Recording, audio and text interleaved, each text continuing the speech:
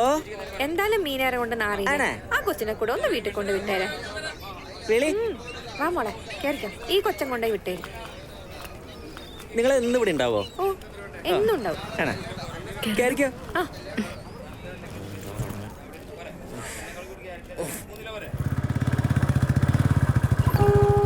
ഇവിടെ അതെ അതെ. ഹായ്. ഇവിടെയോ? ഇവിടെ തന്നെ. ഓക്കേ. എനിക്ക് വീട് വരെ ആക്കി തരാട്ടോ.